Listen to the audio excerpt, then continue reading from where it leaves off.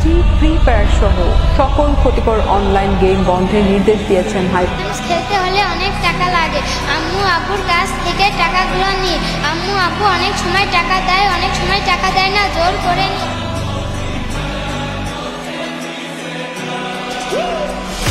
14 জুলাই 2025 উপদেষ্টা আসিফ মাহমুদ তার Facebook profile থেকে নিশ্চিত করেন, ই স্পোর্টসকে ক্রীড়া হিসেবে স্বীকৃতি দিয়েছে যুব ও ক্রীড়া মন্ত্রণালয়।